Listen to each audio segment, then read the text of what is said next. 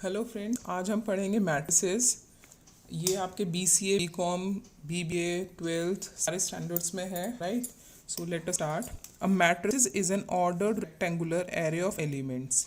ये एक rectangular array होता है एलिमेंट्स का। अब एरे क्या होता है? Homogeneous set of elements, right? Homogeneous मतलब क्या होता है? Same kind of elements. Same kind of से क्या मतलब है? जैसे कि अगर मान लो हम बात करें नंबर्स, तो नंबर्स ही होने चाहिए। अगर हम बात करें अल्फ़ाबेट्स, तो सारे अल्फ़ाबेट ही होने चाहिए।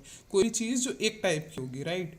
अब जो हमारी मैट्रिसेस होती है, हम उसको कैपिटल लेटर से डिनोट करते हैं, राइट? अगर हम बोल मैट्रिसेस, बोल मैट्रिक्स ए, राइट, तो मैं इसको कैपिटल लेटर से डिनोट करूंगी। और जो हमारे एलिमेंट्स होंगे, जो इसके अंदर एंट्रीज होंगी, वो हमारी हमेशा स्मॉल लेटर से डिनोट होती हैं, स्मॉल नंबर से डिनोट होंगी।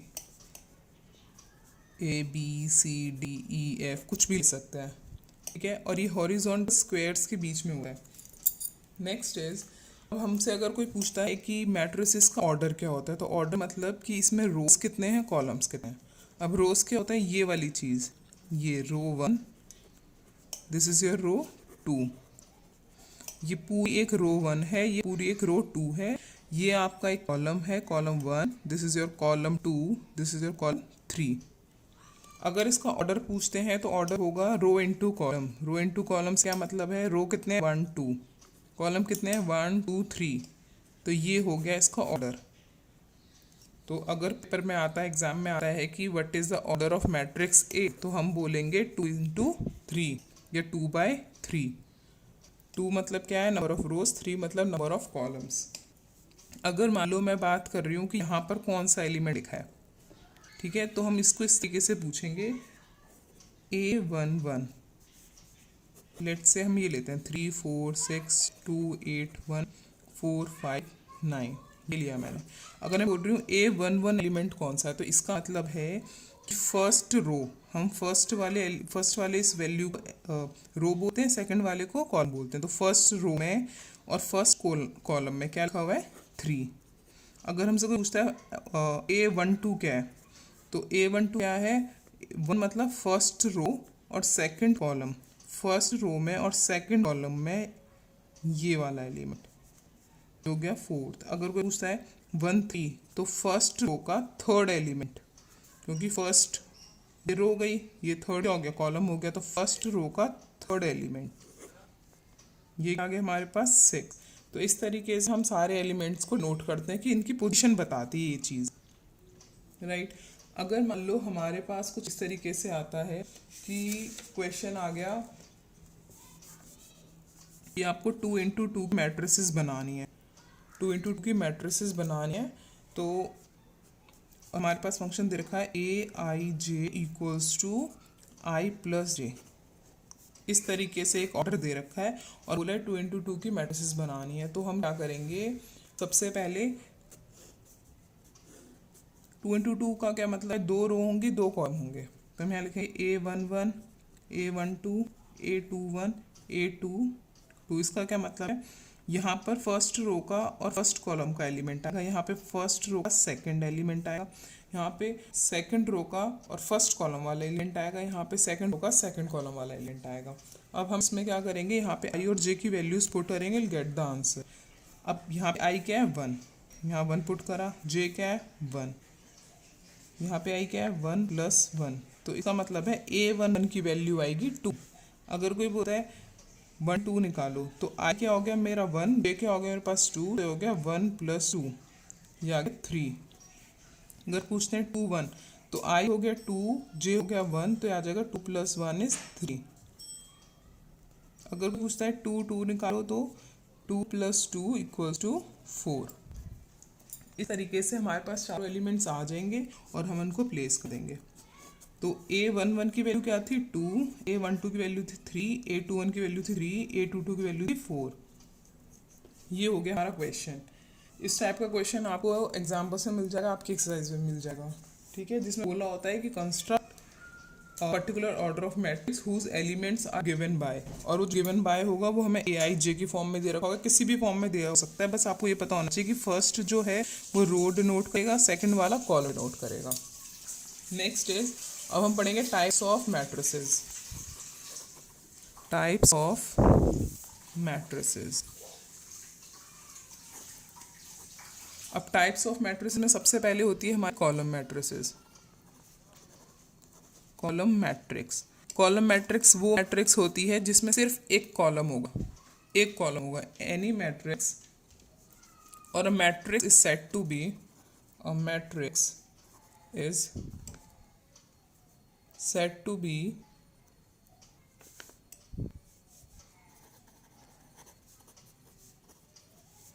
column matrix if it has only one column। अगर एक ही कॉलम है उसके पास में तो हम बोलेंगे वो कॉलम मैट्रिसेस है। लेट्स से ये ए हमारी मैट्रिस है और उसमें एलिमेंट है 1 2 4 5 कुछ भी। नेक्स्ट हमारी होती है रो मैट्रिक्स। रो मैट्रिक्स, कोई भी मैट्रिक्स जिसके पास ओनली वन रो होगा हम उसको बोलेंगे रो मैट्रिक्स।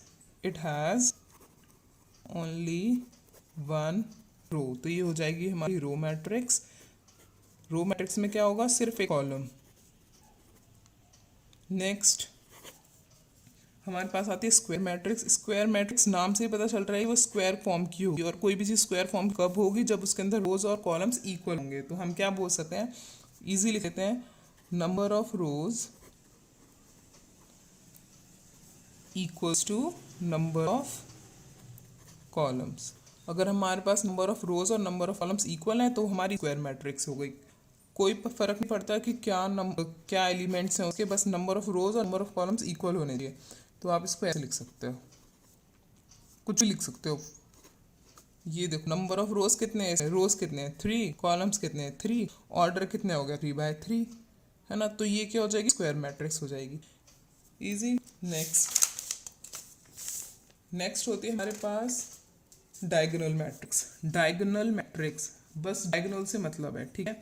डायगोनल से क्या मतलब है, कोई भी मैट्रिक्स जिसके अंदर जो डायगोनल नॉन डायगोनल एलिमेंट्स हैं वो तो जीरो होंगे, और जो डायगोनल एलिमेंट्स हैं वो उनमें कोई ना कोई नॉन जीरो वैल्यू होगी। लेट्स से, और ये भी हमारी स्क्वायर मैट्रिक्स होगी। कोई भी स्क्वायर मैट्रिक्स को हम डायगोनल मैट्रिक्स तब बोलेंगे तब उसके पास डायगोनल एलिमेंट्स होंगे, सिर्फ डायगोनल एलिमेंट्स नॉन जीरो होंगे, बाकी जीरो होंगे। क्या मतलब है, 1 2 3 कुछ भी हो सकता है ये, ठीक है। डायगोनल में हमारे नॉन जीरो वैल्यू रहेंगे, बाकी ये पूरा 0 0 होना चाहिए, तब तो ये डायगोनल मैट्रिक्स बनेगी। पहली कंडीशन क्या है डायगोनल मैट्रिक्स की, कि वो स्क्वायर मैट्रिक्स होनी चाहिए। फिर उसके बाद में उस जो डायगोनल वाले एलिमेंट्स हैं वही नॉन जीरो होने चाहिए, बाकी जीरो होने चाहिए। नेक्स्ट स्केलर मैट्रिक्स, इनकी डेफिनेशन कभी भी एग्जाम में नहीं आती है, बट आपको पता होना चाहिए, क्वेश्चंस बेस्ड होते हैं इनके ऊपर। अब स्केलर मैट्रिक्स क्या होती है, स्केलर मैट्रिक्स भी बिल्कुल डायगोनल मैट्रिक्स जैसी ही होती है, बट द कंडीशन इज कि उसके जो डायगोनल एलिमेंट्स हैं ना वो सारे सेम होंगे, लाइक √3 √3 √3, और बाकी सब जीरो, दोनों सेम है। डायगोनल मैट्रिक्स में क्या था कि ये जो नॉन जीरो एलिमेंट्स है डायगोनल वाले ये कुछ भी हो सकते हैं, बट स्केलर मैट्रिक्स की कंडीशन है कि सेम होने चाहिए डायगोनल वाले एलिमेंट्स। नेक्स्ट है हमारे पास identity matrix. Identity matrix, identity matrix क्या होता है, ये भी एक स्क्वायर मैट्रिक्स होती है, बस इसके अंदर क्या है कि जो हमारे डायगोनल वाले एलिमेंट्स हैं वो हमारे 1 होते हैं, 1 ही होने चाहिए, बस 1 1 1, तो ये डायगोनल मैट्रिक्स हो गई। इजी। अब जीरो मैट्रिक्स नाम से ही पता चल रहा है, जीरो मैट्रिक्स क्या होती है, जिसके अंदर सारे एलिमेंट जीरो होते हैं, वो होती है हमारे पास जीरो मैट्रिक्स। ये किसी भी ऑर्डर की होती है, इसका स्क्वायर मैट्रिक्स होना ज़रूरी नहीं है, तो आप ऐसे भी लिख सकते हो इसको, और ऐसे भी लिख सकते हैं, 0 0 0 कुछ भी, मतलब उसके सारे एलिमेंट जीरो होने चाहिए। तो ये थी हमारे पास कुछ 7 types of matrix. Next is,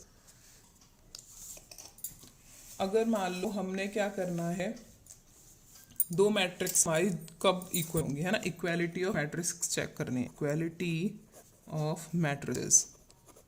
अगर हमको इक्वालिटी ऑफ मैट्रिसेस चेक करनी है तो उसकी एक कंडीशन होती है कि उनका ऑर्डर सेम होना चाहिए।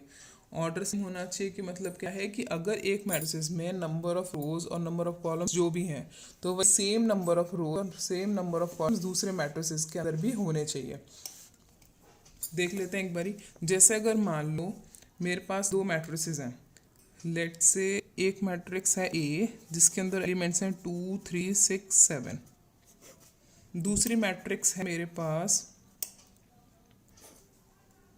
कोई दूसरी मैट्रिक्स ले सकते हैं 4 5 6 7। तो ये दोनों इक्वल क्यों होंगे? इक्वालिटी ऑफ मैट्रिसेस इन दोनों को इक्वल में लिख सकते हैं। क्यों लिख सकते हैं? क्योंकि इन दोनों का ऑर्डर से है। अब ना इस पे बेस्ड बहुत सारे क्वेश्चंस आ जाते हैं, जैसे कि अगर मैंने सी मैट्रिक्स और ले लिए एक्स वाई जेड डब्ल्यू। अब बोला है कि ना if A and C are the matrices which are equal find the value of x y z डब्ल्यू। ठीक है, तो हम क्या करेंगे? अब हमें पता है कि इन दोनों का ऑर्डर सेम है। अगर ये नहीं भी बोलेगा तब भी हम इन दोनों को इक्वल में रख सकते हैं क्योंकि इनका ऑर्डर सेम है। तो हम लिखेंगे 2 3 6 7, यहाँ लिख लेते हैं if A and C are equal. और इसके इक्वल में क्या आ जाएगा? एक्स वाई जेड डब्ल्यू। तो इससे हमें क्या पता चल रहा है? एक्स की वैल्यू 2 होगी, वाई की वैल्यू 3 होगी, जेड की वैल्यू 6 होगी, डब्ल्यू की वैल्यू 7 होगी। इजी। अब इस पे बेस्ड एक क्वेश्चन कर लेते हैं क्योंकि एग्जाम में आ जाता है क्वेश्चन, हार्डली 1 मार्क्स का आएगा। बट जैसे अगर मान लो क्वेश्चन है if x plus 3 z plus 4 two y minus 7 minus 6 a minus 1 0 b minus 3 minus 21 0 equals to 0 minus 6 2b plus 4 6 minus 3 minus 21 3y minus 2 2c plus 2 0। ये क्वेश्चन है। अब बोला है find the values of a b c x y and z। इनकी values निकालनी है, right. तो अब देखो ये दोनों मैट्रिक्स हैं, इन दोनों का ऑर्डर सेम है, तो हम सबके जो एलिमेंट्स हैं वो कंपेयर कर सकते हैं। अब एक कंडीशन ये नहीं होना चाहिए कि इस वाले एलिमेंट को आप इस वाले एलिमेंट से कंपेयर कर दो, नहीं।